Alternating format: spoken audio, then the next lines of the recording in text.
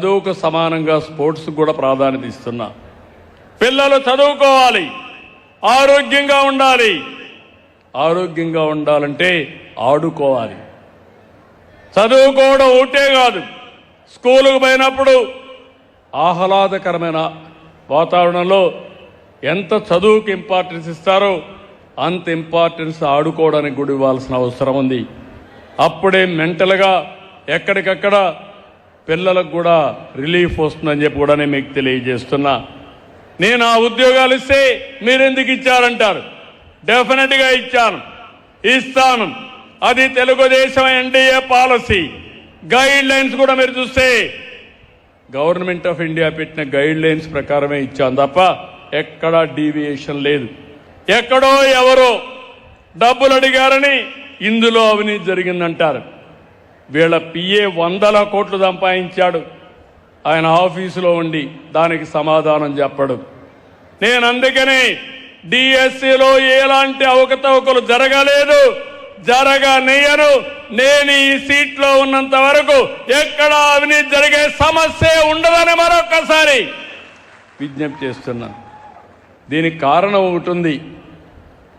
Group 1 service administrators service చేసే ఎంపిక చేసే సర్వీసు అందులో ఇష్టానుసారంగా చేశారు. ఆఫీసులో పగడ్బందీగా సెక్యూరిటీ పెట్టి చేయాల్సిన గ్రూప్ 1 హైదరాబాద్ పంపించేశారు. మామూలుగా హ్యాండ్ రైటింగ్ మామూలుగా అయితే హ్యాండ్ రైటింగ్తో మామూలుగా మాన్యువల్గా చేయవలసినటువంటి పరీక్షలు రుద్దేది మెకానికల్గా చేశారు, డిజిటల్గా చేశారు. కోర్టు తప్పుపట్టింది. కోర్టు తప్పుపట్టినా లెక్క పెట్టుకోలేదు. మళ్ళా కోర్టు డైరెక్షన్ ఇస్తే హోప్ ఐలాండ్లో చేశారు. మళ్ళీ కోర్టు తప్పడితే ఆఫీసులో 3వసారి చేశారు. ఇష్టానుసారంగా పిల్లల యొక్క భవిష్యత్తుని అంధకారం చేయడానికి చేశారు.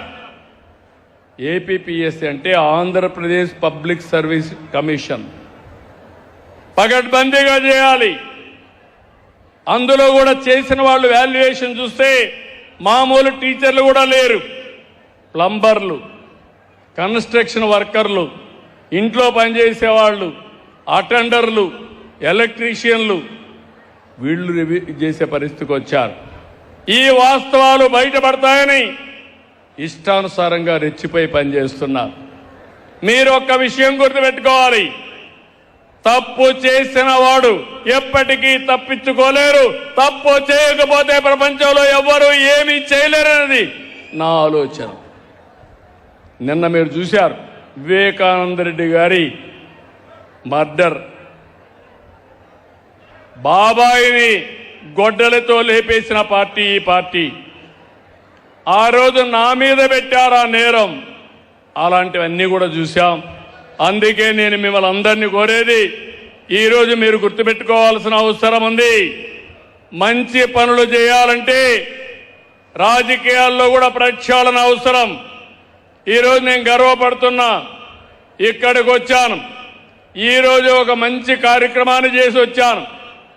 వేలిగొండ, మార్కాపురం జిల్లా 30 ఏళ్లకు మునుపు నేనే ఫౌండేషన్ వేసి ఈ కరువు సమయంలో ఈ నెల 31వ తారీఖున వారికి నీళ్లిచ్చే కార్యక్రమానికి శ్రీకారం చుడుతున్నాను. ఇది నాకు ఆనందం. ఈరోజు 250 కోట్ల రూపాయలు R&R ప్యాకేజీ ఇచ్చాను. ఈ ప్రభుత్వం వచ్చిన 2300 కోట్ల రూపాయలు ఖర్చు పెట్టాం.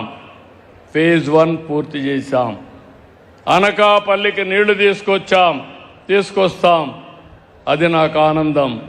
ఇలాంటి పనులు మనం చేస్తా ఉంటే వీళ్ళందరూ వచ్చి చేసినప్పుడు మీకు ఒకటే విజ్ఞప్తి చేస్తున్నాం, మీలో మంచి చెడులు విశ్లేషణ చేయాలి, చెడుని ఖండించాలి, మంచి ప్రోత్సహించాలి, అండగా నిలబడాలి.